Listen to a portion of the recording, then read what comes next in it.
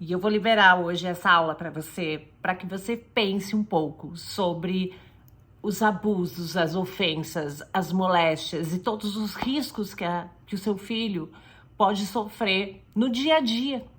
Porque quando a gente fala que uma criança é vítima de abuso, parece que é sempre aquilo de alguém tocar, de alguém mexer, de alguém introduzir algo sexualmente. E o que os pais fazem? Ensinam para a criança o seguinte: filha, não deixa ninguém tocar no seu peito, não deixa ninguém tocar nas suas partes íntimas, não permita que alguém tire sua roupa. Só que isso é legal? Claro que é legal, você tem que instruir o seu filho. Só que o abusador, gente, ele não chega na criança dessa maneira. Se você olhar casos de pessoas que tiveram situações de abuso na infância, nunca é a força. O abusador, ele vai chegando sorrateiramente. Ele chega pedindo do que a criança gosta, trazendo um brinquedo, oferecendo bala, sendo às vezes aquele tio, aquele vô, aquela babá, aquele professor que é o que mais brinca, que faz cosquinha na criança e fica muito confuso para a criança dizer não para essa pessoa, porque é uma pessoa que ela gosta. É alguém que se aproximou criando um afeto e uma relação que faz a criança se sentir especial. Por isso que você tem que prestar atenção em quais tipos de brincadeira as pessoas ao redor estão desenvolvendo com o seu filho. Porque às vezes aquele parente que vem visitar a sua casa sempre e que você deixa brincar de esconde-esconde, de cabra cega, brinca de fazer cosquinha, corre atrás da criança dentro do quarto, ou então você até aproveita para deixar na casa dessa pessoa que a criança gosta muito, e aí as coisas acontecem. Porque até chegar naquele ato de abusar, que é a parte ruim para a criança, essa pessoa veio criando uma sedução. Esse momento, ele acontece assim, vou trazer um exemplo para vocês. Ele vai brincar de fazer cosquinha e na hora de fazer a cosquinha, passa a mão. Depois da cosquinha, ele brinca de carregar no colo. Aí brinca de dar um chupãozinho e vai esfregando no pescoço.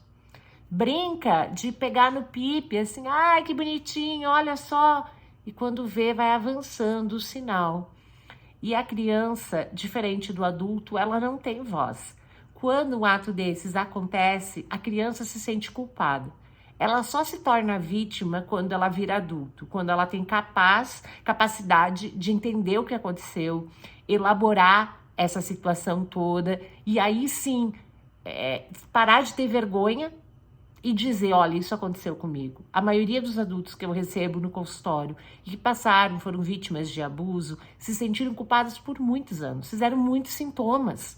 Ansiedade, crise de pânico, ideação suicida, automutilação, deixaram de ter relacionamento, vaginismo, uma série de sintomas decorrentes da culpa que sentiu. Culpa, vergonha, inadequação. Por isso que prestar atenção nos pequenos detalhes. E aí você vai dizer assim, como que eu vou saber que essa pessoa vai ser o abusador? Vou me referir ao modo masculino, tá? Você não tem como saber, por isso você não deve confiar em ninguém. A criança, ela ainda não tem condições de falar sobre isso.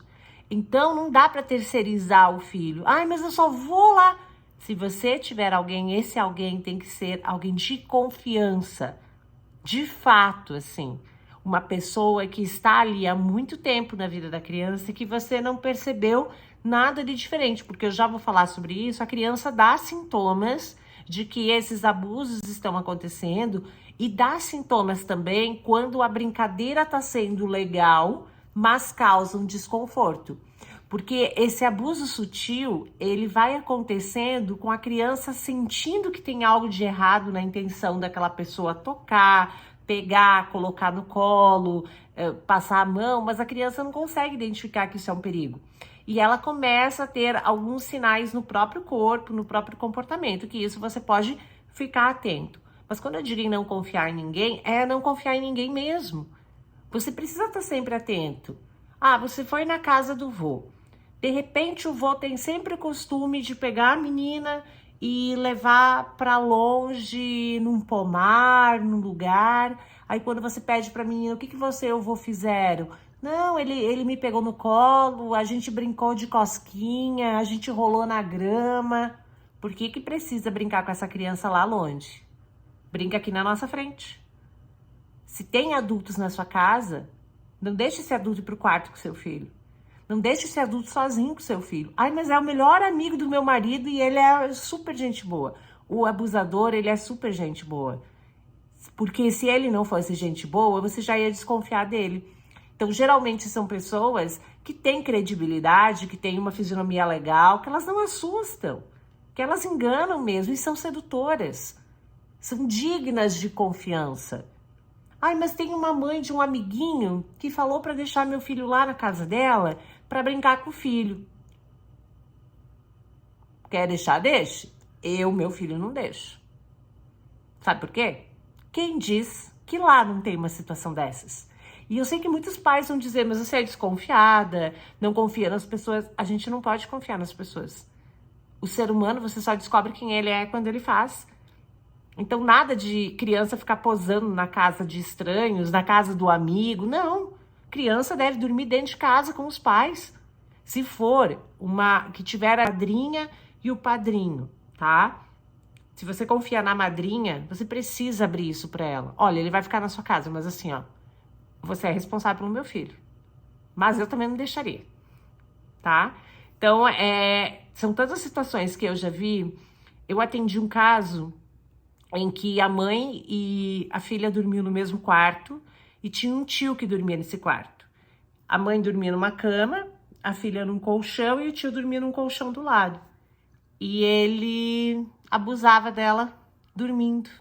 Enquanto ela estava dormindo, ele introduzia o órgão dele e ele ejaculava nela e ela fazia de conta que estava dormindo para não ter que mostrar para ele que ela sabia, porque ela se sentia muito envergonhada. E essa pessoa demorou 25 anos para vir para terapia para contar sobre o que acontecia.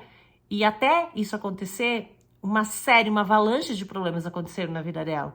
E diz que houve uma tentativa de contar para a mãe e a mãe chamou ela de louca, falou que isso não estava acontecendo. Porque esse tio era o tio preferido da família, era o mais querido, era o melhor, ele era bom em tudo. E hoje ele é casado e essa paciente tem muito medo que ele esteja repetindo isso com a própria filha. Por isso que a gente não confia. O seu filho tá fazendo aula de natação, vai ter um campeonato, vá junto. Mas, Karine, a gente não tem essa disponibilidade, então não deixa aí. Quantos atletas que a gente vê que passa por esse tipo de situação? E eu vou te dizer, eu sou exagerada? Sou. Eu prezo pelo excesso. Eu cuido em excesso, oriento os meus pais a cuidarem dos seus filhos em excesso, porque o abuso é um trauma irreversível. E eu trabalho com terapia de traumas, trabalho com MDR e trato todos os tipos de trauma, inclusive o abuso. Mas posso dizer que o abuso é irreversível. A gente chega no nível, seria um SUDES, né? É uma escala de dor, uma escala para saber quanto que isso ainda perturba a pessoa. Mas o abuso, ele nunca deixa de ser perturbador. A gente consegue atenuar, a gente consegue fazer com que essa pessoa siga em frente, que ela consiga deixar isso para trás. Mas ele continua ali, doendo, latejando, porque ser abusado, ele vai contra tudo aquilo que um ser humano tem por existência. E eu não acho que uma criança mereça passar por isso. Isso vai atrapalhar, inclusive, a aprendizagem, quem essa pessoa seria no futuro. E às vezes, gente, o abuso é só uma moléstia. Às vezes é uma ofensa. Ofensa é tudo aquilo que constrange a pessoa de alguma maneira. Às vezes é um tio, um vô, um primo mais velho que tirou o órgão para fora e pediu para a criança mexer. É um primo que decidiu se masturbar na frente da prima. Entendeu? É qualquer coisa assim. Cada um de nós interpreta as suas vivências de uma maneira diferente. E é a forma como essas vivências nos batem, a forma como a gente acolhe isso, que vai determinar o grau de quanto esse trauma ele vai ser prejudicial para a vida. Então daqui a pouco você vai dizer, ah, mas eu passei por tudo isso, não morri e me tornei bem-sucedido. Parabéns pra você. Que bom. Xuxa. Xuxa foi abusada desde os seus 3 anos de idade até os 11, 14. E é uma super mulher. Ela é empoderada, ela é rica, uma ótima apresentadora. Ok. Mas será que precisa passar por essas dores? Carregar esses monstros internos? Não precisa. Isso é desnecessário. Não tem nenhum ser humano que precise disso. Então a gente precisa proteger porque a criança ela é inocente. A criança ela não sabe o que estão fazendo com ela e ela não merece também carregar essa culpa. Agora vamos para os sinais. Que sinais a criança dá de que ela está incomodada com algo que está sendo feito antes de chegar no abuso? Bom, você vai começar a perceber que quando essa criança tem alguma coisa ali incomodando, ela vai se constranger com roupas. A criança ela é inocente, a criança ela não sabe o que estão fazendo com ela e ela não merece também carregar essa culpa. Agora vamos para os sinais. Que sinais a criança dá de que ela está incomodada com algo que está sendo feito antes de chegar no abuso? Bom, você vai começar a perceber que quando essa criança tem alguma coisa ali incomodando, ela vai se constranger com roupas que apertam, ela vai começar a pensar na roupa que ela vai vestir, ou quando ela for na casa dessa pessoa que ela gosta de brincar, ela vai ficar mais perto da mãe ou do pai e vai evitar, e essa pessoa vai ter que dizer, ai, vamos lá brincar, olha quanto que é legal. Ela vai ficar mais acanhada, mais inibida, ela vai começar a escolher os lugares que ela quer ir, ela vai dizer, ai, a gente vai lá. Tu vai perceber que tem um lado dela que quer, mas que tem um lado dela que não quer. É como se essa criança começasse a andar para trás, desse um passo para trás no desenvolvimento. E aí, de fato, quando o abuso acontece, a gente tem sinais mais claros.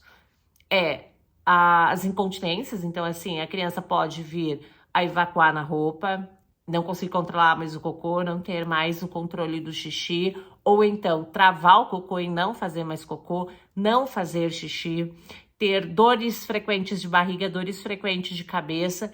E um aspecto muito importante, essa criança começa a tomar muito banho, a querer se lavar, como se ela sentisse nojo dela mesma. E esse abuso, ele não precisa ser o abuso de introdução.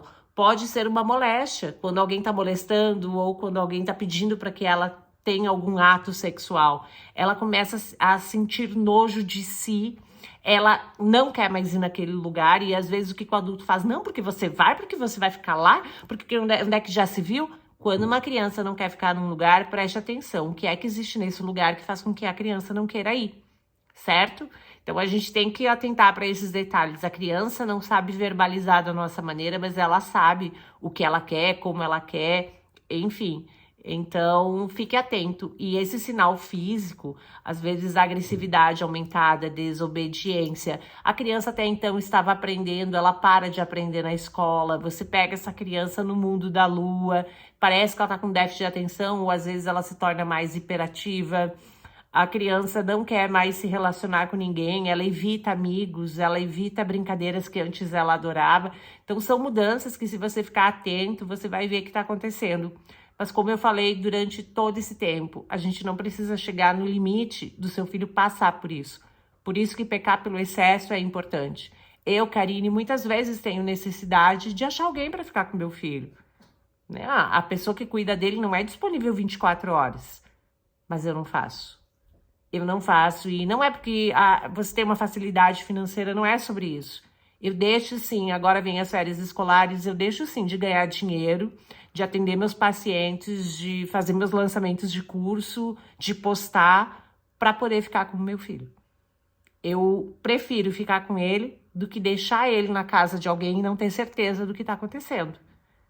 Eu escolho isso, é isso que eu quero para a vida dele. Se vier a acontecer, vai ser por algo muito aleatório.